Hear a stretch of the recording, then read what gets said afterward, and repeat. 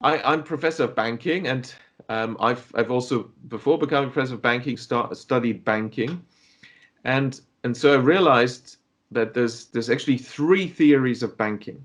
Mm-hmm. And the one that's currently dominant, the one that you learned, is banks are financial intermediaries. They gather deposits, and they then do their analysis of borrowers, and then they lend out these deposits based on their analysis and risk management and whatever. Mm-hmm. But there's an older theory which was dominant until the 1960s, and this is known as the fractional reserve theory of banking. Yeah. And this one says that, similar to the financial intermediation theory, it says that yes, each individual bank is a financial intermediary, just as you heard. They gather deposits, they lend it out. But in aggregate, there's something happening in the banking system collectively. As the banks interact with each other, money is being created. It's kind of intriguing. It's an interesting point. And certainly that's when students start to listen. Money creation, okay, by the banks, but only in aggregate. It's through some kind of diffuse process, which is kind of hard to understand. There's the money multiplier formula and so on. But that's only the second theory of banking. And there is a third theory, and that one is the oldest. That one was dominant until the fractional reserve theory took over in the 1920s. So the sort of 30 years before the 1920s. And this one is called the credit creation theory. Now, this one is the most shocking. This one says, wrong, banks are not financial intermediaries. They do not gather deposits and lend them out.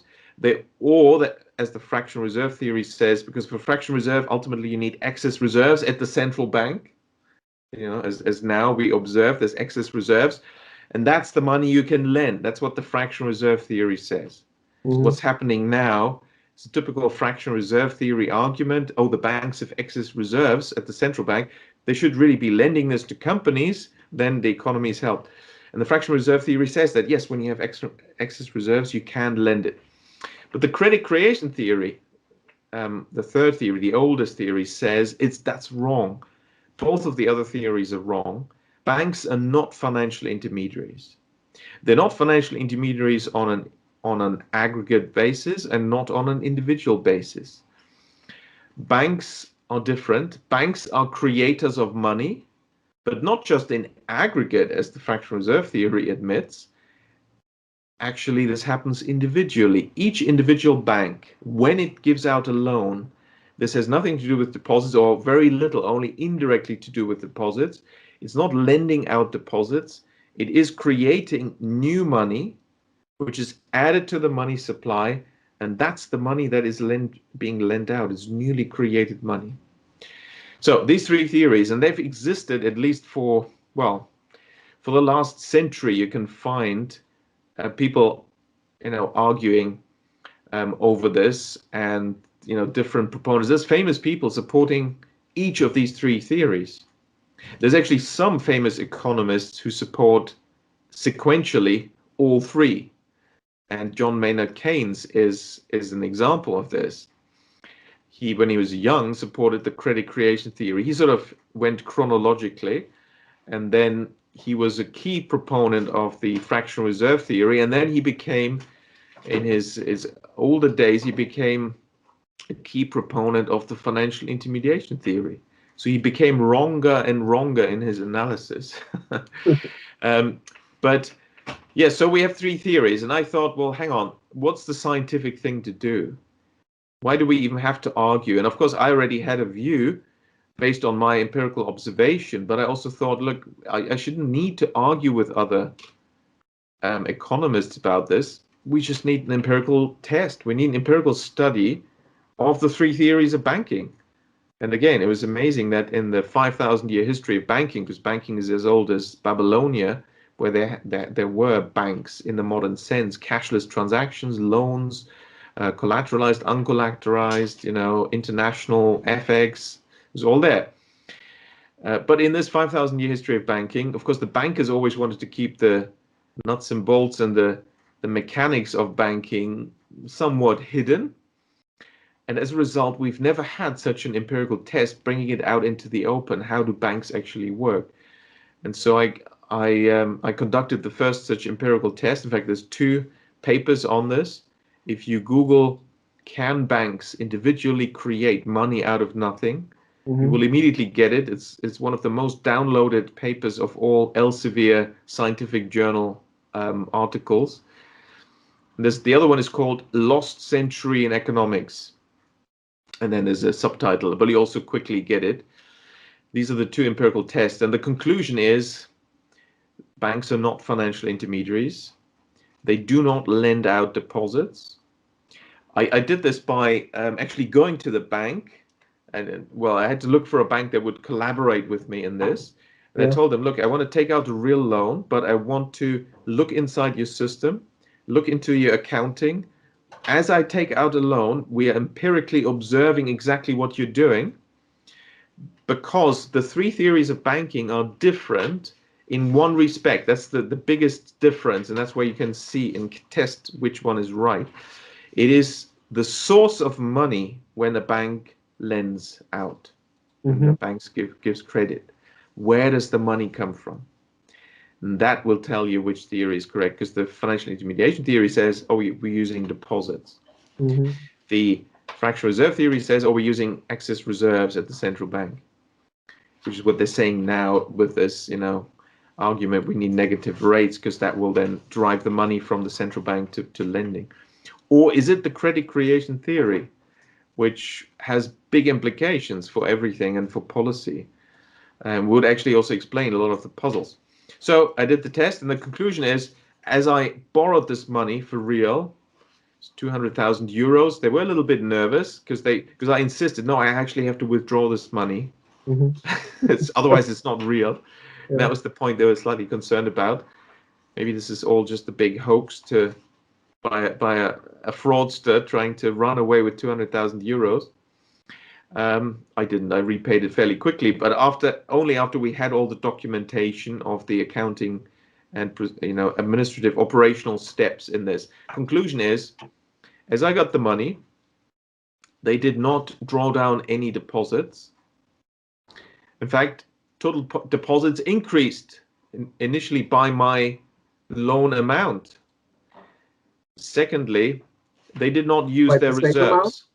Sorry? By the same amount? Well, if you can fine-tune it and separate it in that moment, because banks, are live organisms. There's so many transactions taking place. If you could, in theory, hold everything constant, it would be by the same amount. And I show this in the second experiment, which is more controlled. But also, it's not excess reserves. The reserves were not touched at all. They didn't even bother to ask, do we have enough reserves? So that also was rejected. And where did the money come from? It was newly invented out of nothing. The explanation, for those who have never heard this or are not aware of this, the easiest explanation is if you look at it from a legal perspective. The law of banking, the legal status of what a bank does, that gives it away. And the best place to start with that is the mother country of banking, because modern banking started in England, in its modern and formalized version, where also the legal aspects were clarified in the 17th century, City of London. And the legal status is very clear. Now, economists, just to remind ourselves, what do economists say about banks? They say, and this is above the 3 theories of banking. In general, what is a bank to an economist? It is a deposit-taking institution. They take deposits, okay, that lends money, which is quite reasonable description. That's how economists describe it. But when you study the law, it becomes very clear that this is not true. And at law, banks do not take deposits and banks do not lend money. Why is that? So the first thing that becomes clear is the status of bank deposits at law.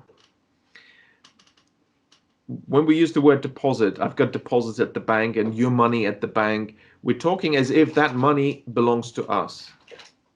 Why? Well, we've deposited it there. We've given it to the bankers, and it's like held in custody by the bank. In fact, when you invest in stocks and shares, you open an account with a stockbroker, and the money is held in custody. That's the sort of principle we have in mind when we talk about a bank deposit. So we are in control. It's our money, and it's held by the bank as a bailment at law or in custody. But the law is very clear. That's not what a bank deposit is. In fact, surprisingly, there is no such thing as a bank deposit at all. It has no legal status. But when you do what we call bank deposit, this at law is simply a loan we've given to the bank. So deposits are loans we've given to banks. That's what a deposit is. Now then, what is a loan that the bank gives? Well, at law, the law says the bank does not lend money. At law, the bank is in the business of purchasing securities. It's purchasing securities, namely, when you go to the bank, you want to borrow money, or when I did this for this experiment, it is the loan contract that you've signed in which you promise to repay this money. It's your promise. It's a promissory note, or an IOU, as they say in the US, which is a debt contract, and it's a security. You've issued a security, and the bank is in the business of purchasing that. That's what they're doing. So they're not lending you money, they're purchasing it. And now that's the moment where you probably say, okay, that's too much detail, just give me the money. Any borrower will say, okay, that's lots of technicalities, I just need the loan, I need the money. Aren't you going to give me the money? And the banker will say, well, yes and no. Well, the banker will probably say yes. Yes, you will find it. If the banker is careful and wants to say it correctly, they would say, you'll find your funds in your account with us.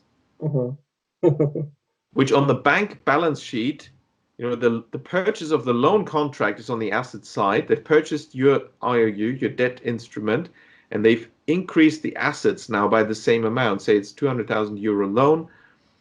That's the loan contract they've purchased, so the balance sheet rises, lengthens by 200,000 euro. And they say to you, you'll find the money in your account. Now, what is the account? Where are these deposits, in inverted commas, held? There's a liability. The liability is for the bank. It is our claims on banks. And the bank says, well, obviously, you're borrowing money from us, you have to open an account with us. And that's where you'll find the money. But actually, it is simply deposit accounts is money, as I said earlier, that the bank owes to us. We've lent it to the bank. So they're now crediting the borrower by debiting themselves and noting this liability, because essentially bank deposits is just a record of banks' liabilities to us. And because the loan contract says also they have to give you money, they have a liability. And it's that liability that people are using as money. In other words, the accounts payable liability that arises from the loan contract is now recorded on the liability side of the bank balance sheet as, and this is the slight incorrect, sleight of hand, where they're slightly, it's a slight trick. They're renaming this type of liability, accounts payable liability, that's really what it is, as a liability of another type known as customer deposit. Because that's really misleading, because no customer has deposited this money. Certainly the borrower hasn't. That's why they went to the bank in the first place, and no one else has also deposited it. They just write the figure. That's how the money supply is created. As the bank pretends the borrower has deposited the money, and other people can't tell the difference. Is this really deposited, or is this invented by the banks? And that's the money supply. And this is how 97% of our money supply is created. And so this is what the law says. And this is also obviously what the credit creation theory of banking had been saying. In fact, one of the first voices on this in the 19th century who described this quite correctly was, surprise, surprise, a lawyer who knew about the legal status, which is much clearer. So the money that we have at the bank in bank deposits is not our money. It's the wrong terminology. We don't have money at the bank. The bank owes us money. We have a claim, and that's it. We've lent it to them. And at law, when you lend something, the borrower has full control, has possession. They own the money. It's their money. We just have a claim, a chosen action, the lawyers say, that we need to enforce. But that's a process. It's not our money. It's the bank's money. And so that's how the money supply is created, by the banks inventing these fictitious deposits.